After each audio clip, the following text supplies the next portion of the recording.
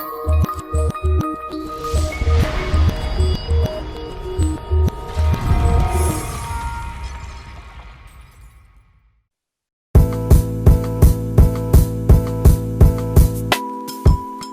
what's up, everybody? It's Rashod from Suave Magazine.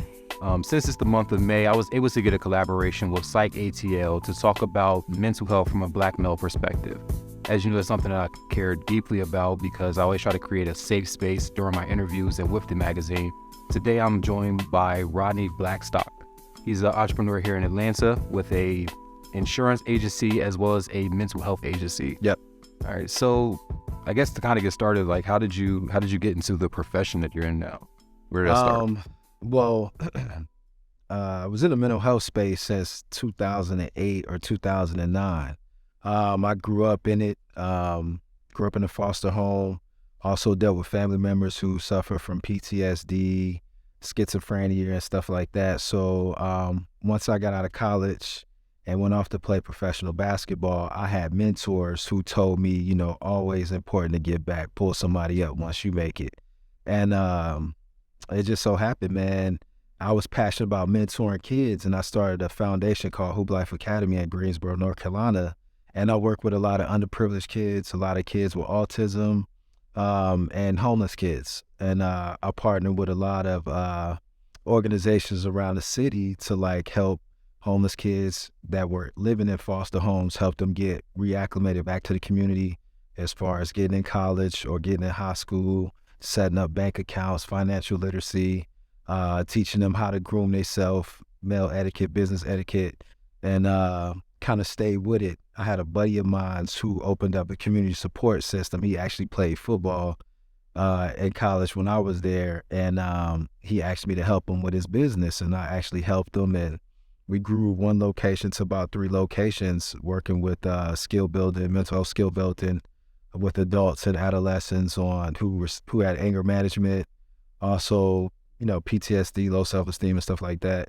And I just stayed in it. I was passionate about it. I could relate. I come from the population, and it's something that's been in me since then. Yeah, when you say like when you grew up, there was a lot of mental health issues around you. Yes. Like as a kid, were you able to process what was actually happening, or was that just like a normalized situation? So for I you? think with my situation, just my particular, you know, I had a mother and a father. I grew up in Alexandria, Virginia, and you know, when you're 3, 4, 5, 6, you know, you don't really understand what's going on. You just see your parents kind of arguing and stuff like that. And I think at that age, we don't know the history of mental health, right? It's just normalized. That's what Black families do. But it got to the point where it was abusive, you know, either verbal or physical. And, you know, my siblings, we had to separate. And the oldest boy, got stuck with my dad because I'm a junior. And he was young, so he couldn't keep up with me. So that's how I got into the foster care system. So, you know, in that situation, you think it's normal. Right. But then you also know you have parents, and like, where did everybody go? So for me, it kind of made me think that like, hey, nobody wanted me. You know what I'm saying? When your siblings go with family members and stuff like that. So it creates this shell, this hardcore shell. You don't trust anybody. You got to be selfish, you know. You don't want to be like your parents because that's not it, you know. So I think to answer your question, it seemed normal at the time, but then as I got older, it wasn't. So. And was it until college that you realized it wasn't normal when you get to that mentor? I think so. So, you know, I like to tell stories. So I remember, you know, it's funny because you ask these questions and like memories pop up, right? And you figure out parts of your life when you transition out of those phases to new phases, right? So I think for me, I was the misunderstood kid, you know, and then I think when it comes to mental health in the Black community, we get labeled. He got an attitude problem. Yeah, he's bad. You know, he's a bad kid. You know, what's going on? They don't ask, hey, what happens in the household when this kid goes home? Is this kid sleeping in the bed? I slept on the floor, right? Until I was probably in college. Nobody knows that. Like, I moved to North Carolina, Stayed with my grandma after my mom passed. 8 people in the house. I'm on the floor, 12 years old. Pecking order. You know, I got to deal with physical abuse from my dad, go to school, got this chip on my shoulder. I was talented in basketball, but I didn't want to do the work because I was frustrated with what's going on at home. Instead of somebody saying, hey, let's talk to this kid and see what he's dealing with in the household, they kind of just wrote me off. Right. You see what I'm saying? Yeah. So I think it wasn't until college, right, as I processed through things and kind of like focused and met people along the way, mentors of that such, you kind of understand like, dang, yo, I dealt with a lot as a kid. You know, and for me, seeing that and looking back, it was like, I don't want that for my kids, or I don't want that for anybody else. So while I'm coaching AAU basketball or giving back to the community, I want to have real conversations with kids that might seem like somebody passed them over. That kid might be in a corner quiet while everybody else doing this. Let me go see what's wrong with him. Yeah. You know, so. It's crazy because I grew up in a house with a bunch of people. So I think at one point there was like 9 of us. Yeah. And I didn't have my own room until I was 20. Yeah. And that was when I moved out into my own so space. that same year. It's like it was what privacy. That part. Like you're always in somebody else's space. So that's a lot. Yeah. It's a lot to digest. It's a lot to digest. When you get to college, you get this mentor. Because your dad was there, but I guess like dynamic wise not really present. Nah, my pops was kingpin, man, in and out of jail, selling drugs, you know, stuff like that. Virginia, the 80s, 60s, 70s, 80s. Yeah. It was different. Got to North Carolina, he slowed down, you know, but he had a stroke in 99. His previous life caught up to him. So like me and my dad didn't get close until I got to college and actually became a college athlete, because for the longest, it was just like, all right, he ain't gonna be nothing, or he need to get a job at McDonald's or Food Line. These are things I heard, right? Yeah. And then when they started saying press clippings, people started saying, oh, Rodney Blackstock, y'all related to him? Oh man, that boy can ball. Like when you start hearing these stories, it's like, oh, it took somebody else on the outside public to make you realize that like this kid actually could be something, right? Yeah. So, you know, I got to college, 22, 23. At his funeral, I told this story. I was like, you know, my father was a great man to my nieces and nephews, my sister's kids, because he had a second chance to do it over, right? Mm-hmm. He older, you know, you have a stroke, diabetic, stuff like that. Your life you start realizing. And he became my best friend when I was 22, 23. So I got to enjoy him for 20 years, right? Opposed to when I felt like I really needed him then, but I think I needed him more in my adult years than I did when I was a kid. It would have been nice to have him, but I feel like I had enough people around me as I progressed in life to like fill that void. Yeah. But when I got to like experience my dad, I'd rather have that version of my pops than version I saw when I was a kid. You know what I'm saying? So I told that at his funeral. You know, that's my guy now. Like I can't say nothing bad about him, because to me, he made up for it. Yeah. You know. So to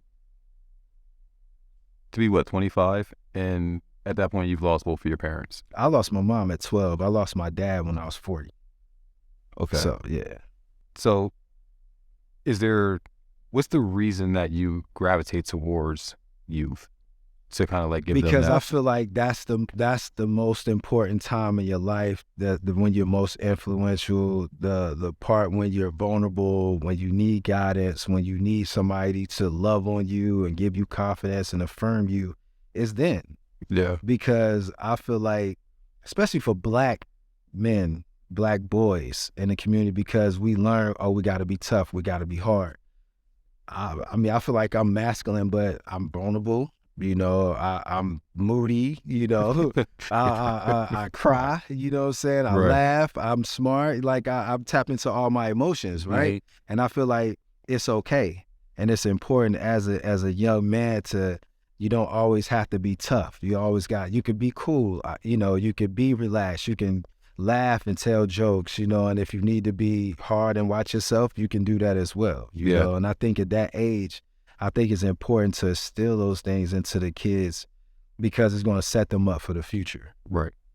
Now, as a grown man, as an entrepreneur, business owner, we had a conversation. You said that you refuse to code switch. Oh yeah, yeah. So when you're in that space and you're creating these companies and having these meetings, how do you maintain, again, Who I just the am. mental stability of being a Black man Yeah. in white boardrooms and Yeah. not have to feel that you need to, ironically, make them comfortable with you? Right, right. I think honestly, they need to make themselves comfortable with me, right?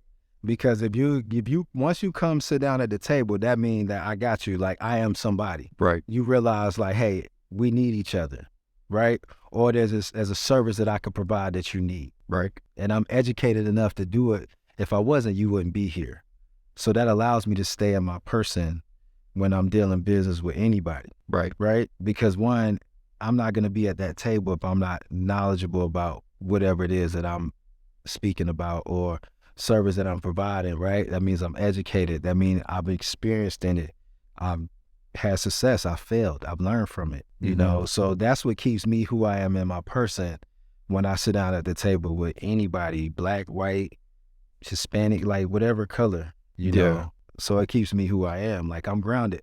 And plus I know who I am, confident. Like I've been through too much in life, right? And the survival or the success rate of a young Black boy coming from the ghetto, living in foster homes, losing a mom at 12, on drugs, dad in and out of jail, right? Sleeping on the floor, moving in with a friend, sleeping on the couch till you get to college, graduating college, playing college basketball, didn't have to pay to go to school. A kid that's poor, I didn't have to pay to go to school. Right. Played professional for 6 years, right? Was an NBA sports agent for 5. Represented NBA draft picks in the green roll by myself. I didn't need to go partner up with a white agency, one of the big agencies. I knew I believed in me because nobody ran my race. I did. And I got right here where people, it's very rare that a Black person gets to represent another Black athlete at the highest platform in the world, the NBA draft, by yourself. Yeah. Right? Yeah. So for me, like all of those things that I experienced, like, yeah, I get nervous, you know, and uncomfortable, but like you pep talk yourself. If you ain't nervous, you ain't working hard. Yeah. You ain't doing that. Yeah. You know? And then by the time you get there, like, yo, this is my moment. This is everything that I prepared for. So for me, all those things that I just named and listed off, that's what keeps me grounded in my person. So one, that's a lot. Like it's a lot to carry. When you have that vulnerable state, how long did it take you to be able to become vulnerable and be able to say, this is who I am, and this is... I probably was maybe 28, 29, you know, because I feel like you going into 30, you transition, and it's like, all right, basketball is got me this far. You start thinking about what's next when the ball stop bouncing. Yeah. You know, and that's like the TDJ you just said, like, who am I? Yeah. You know, how can I find my happiness? These are the things I did, but like, who am I? And, Yeah, it and doesn't I had define those you. conversations. I looked in the mirror. Humility. Every day for me. I look in the mirror like, what's up? I have a conversation with myself. So, and then you make adjustments. Yeah. So now you're able to walk in your success. That part. And the fact that you built it and you see it every day. Do you overprotect it? I think when you overprotect stuff, you start to lose it, right? Because you start losing focus on other things that got you there, right? I'm like this, like business is business. I'm not married to one thing at the end of the day. You know, I found opportunities and I create opportunities. The opportunities I create is to provide jobs for my employees to be able to feed their families, right?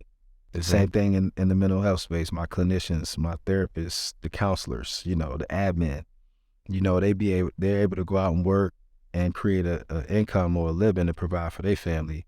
So I think for me, I've learned, you know, I did that with my sports agency. I was too protected. I lost sight, you know, of what was important.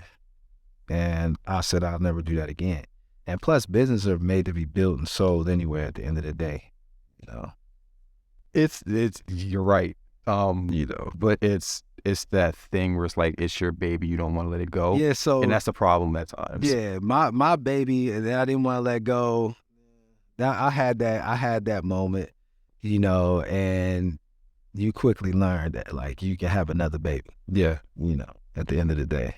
So when you, at this point, you have mentors coming up, you mentor other people. Mm-hmm. How do you build your circle now to protect your own mental health while having multiple businesses and dealing with the stress and the strength of it? I think that, and again, I speak for myself. I think at the end of the day, one, you got to surround yourself with like-minded people, right? Everybody's not going to see your same vision, and that's okay. But you got to have people around you who are ambitious, and whether it might be in fast food or it might be in, sports, or it might be in, podcast, magazine, whatever it is, they got to go, they got a vision. Mm-hmm. Cool. We can hang around each other because you're going to make sure that your mental health is good. I'll make sure my mental health is good. Negative Nancy and stuff like that, I try to go that way. Seriously, like I try to, I don't deal in that space. And I don't deal with a lot of people anyway. So that's one way I protect it. Yeah. But if I do invite you into my world, that means I trust you, and, we got a clear understanding. And it's crazy because I just had this conversation maybe like a week ago, and I was saying like with me, the older I get, the smaller my circle gets. Mine is a period. Right. And it's like if you get invited to the table, just eat what's on your plate. That part. Don't grab nothing else off the table. Just stay on your plate and we safe. Yeah, absolutely. So I find you have to like give barriers and boundaries. Mm-hmm. Until, you got to set boundaries. I've learned that, I just learned that 2 years ago. I just learned that. Seriously, like boundaries is important. I was like, hey, let me go research boundaries. Let me see the type of boundaries. And I said, all right, I get it. So then, you start setting these boundaries so you protect your mental health, and you create your peace and you keep it that way, And it's okay if somebody ain't, making sure that, hey, I want to be stress-free, I need peace. If it ain't working, it's okay to, hey, this ain't working, let me go that way, you go this way. So, there's nothing wrong with that. Yeah, respect the boundaries or role. That part. One or the other. Cool. Well, again, I appreciate the conversation. There's a whole lot more we could talk about, but we're not going to do that today. I appreciate you having me, man. Absolutely. Definitely appreciate you having me. Anytime. I gotta come back and do this again. Nah, absolutely. So we got it. All right, appreciate it. Yep.